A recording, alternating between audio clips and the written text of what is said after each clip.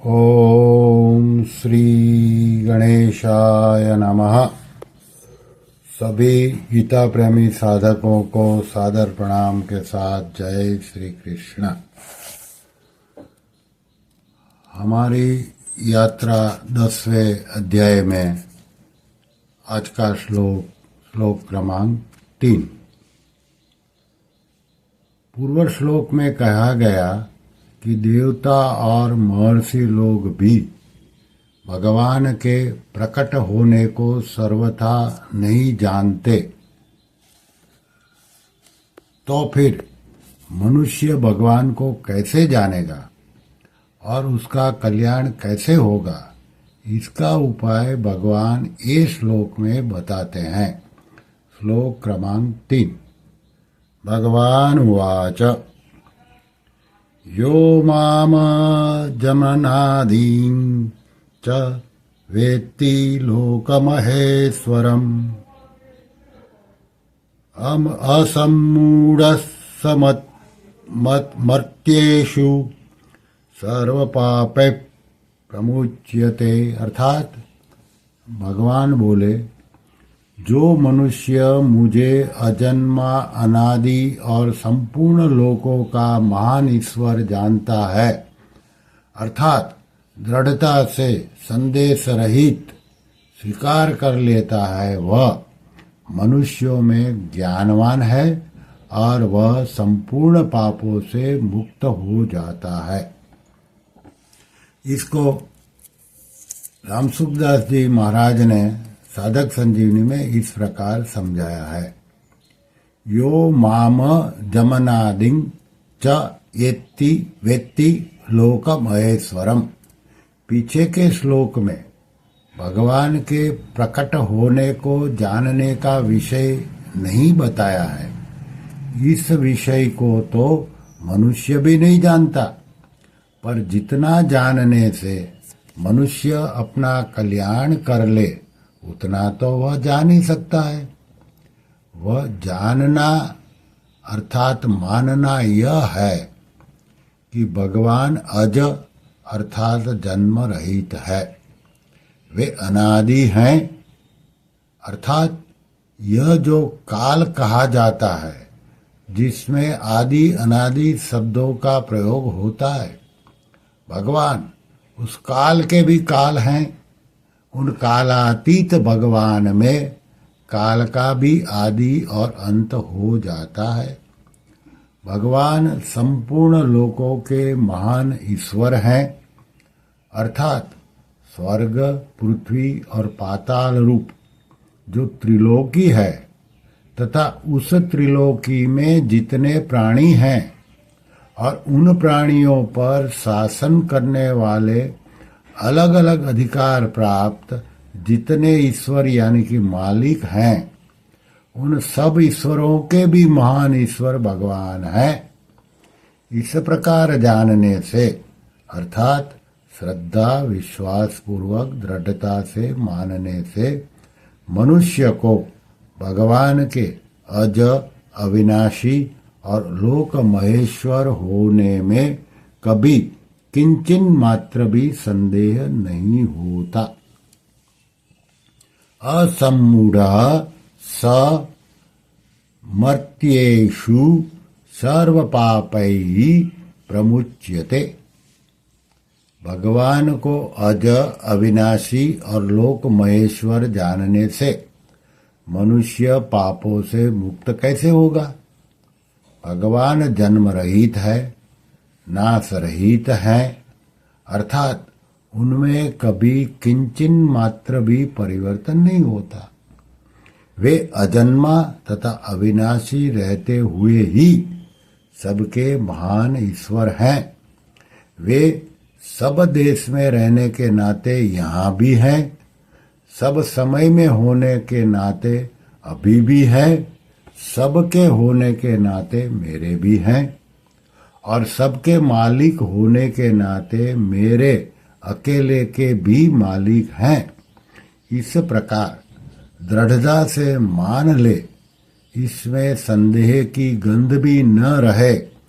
साथ ही साथ यह जो क्षणभंगुर संसार है, जिसका प्रतिक्षण परिवर्तन हो रहा है और जिसको जिस क्षण में जिस रूप में देखा है उसको दूसरे क्षण में उस रूप में दोबारा कोई भी देख नहीं सकता, क्योंकि वह दूसरे क्षण में ऐसा रहता ही नहीं।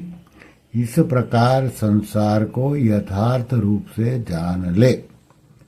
जिसने अपने सहित सारे संसार के मालिक भगवान को दृढ़ता से मान लिया है और संसार की क्षणभंगुरता को तत्व से ठीक जान लिया है, उसका संसार में मैं और मेरापन रह ही नहीं सकता। प्रत्युत एकमात्र भगवान ही अपनापन हो जाता है, तो फिर वह पापों से मुक्त नहीं होगा तो और क्या होगा। ऐसा मूढ़ता रहित मनुष्य ही भगवान को तत्व से अज, अविनाशी और लोक महेश्वर जानता है और वही सब पापों से मुक्त हो जाता है। उसके क्रियमाण संचित आदि संपूर्ण कर्म नष्ट हो जाते हैं। मनुष्य को इस वास्तविकता का अनुभव करने की आवश्यकता है। केवल तोते की तरह सीखने की आवश्यकता नहीं। तोते की तरह सीखा हुआ ज्ञान पूरा काम नहीं देता। असम्मूढ़ता क्या है? संसार शरीर किसी के साथ कभी रह नहीं सकता तथा कोई भी संसार के साथ कभी रह नहीं सकता और परमात्मा किसी से भी कभी अलग हो नहीं सकते और कोई भी परमात्मा से कभी अलग हो नहीं सकता। यह वास्तविकता है। इस वास्तविकता को न जानना ही सम्मूढ़ता है और इसका यथार्थ जानना ही असम्मूढ़ता है। यह असम्मूढ़ता जिसमें रहती है वह मनुष्य असम्मूढ़ कहा जाता है। ऐसा असम्मूढ़ पुरुष मेरे सगुण निर्गुण साकार निराकार रूप को तत्व से जान लेता है तो उसे मेरी लीला, रहस्य, प्रभाव, ऐश्वर्य आदि में किंचित मात्र भी संदेह नहीं रहता। 9वें अध्याय के 24वें श्लोक में भगवान ने व्यतिरेक रीति से कहा कि जो मेरे को नहीं जानता उसका पतन हो जाता है और यहाँ अन्वय रीति से कहते हैं कि जो मेरे को जानता है वह संपूर्ण पापों से मुक्त हो जाता है। यहाँ व्यक्ति का अर्थ है दृढ़ता पूर्वक संदेह रहित स्वीकार कर लेना, क्योंकि भगवान को इंद्रिया मन बुद्धि से जान नहीं सकते, जैसे कि गीता के 10वें अध्याय के दूसरे श्लोक में बताया। अतः भगवान जानने का विषय नहीं है, प्रत्युत मानने और अनुभव करने का विषय है। जानने का विषय खुद प्रकृति भी नहीं है, फिर प्रकृति से अतीत भगवान जानने का विषय कैसे हो सकते हैं।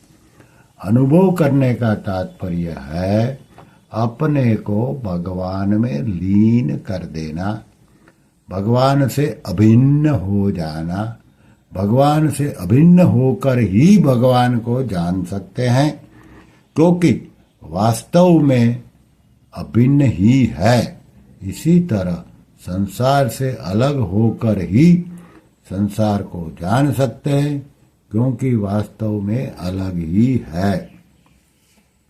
महर्षि गण भगवान के आदि को तो नहीं जान सकते, पर वे भगवान को अज अनादि तो जानते ही हैं। भगवान का अंश होने से जीव भी अज अनादि है, अतः वह भगवान को अज अनादि जानेगा तो अपने को भी वैसा ही अज अनादि जानेगा, क्योंकि जीव भगवान से अभिन्न होकर ही भगवान को जानता है। अपने को अज अनादि जानने पर वह मूढ़ता रहित हो जाता है, फिर उसमें पाप कैसे रहेंगे, क्योंकि पाप तो पीछे पैदा हुए हैं, अज अनादि पहले से है। सर्व पापै ही प्रमुच्यते का तात्पर्य है गुणों के संग से रहित होना। गुणों का संग रहते हुए मनुष्य पापों से मुक्त नहीं हो सकता, क्योंकि गुणों का संग पापों का मूल कारण है। आगे चौथे से छठे श्लोक तक असम्मूढ़ता का ही विवेचन हुआ है, जिसमें भगवान ने अपने को सबका आदि बताया है। भगवान स्वयं अनादि है और भावों के तथा महर्षियों के आदि है। श्री कृष्ण शरणं मम, श्री कृष्ण शरणं मम, श्री कृष्ण शरणं मम। ओम श्री कृष्णार्पणमस्तु।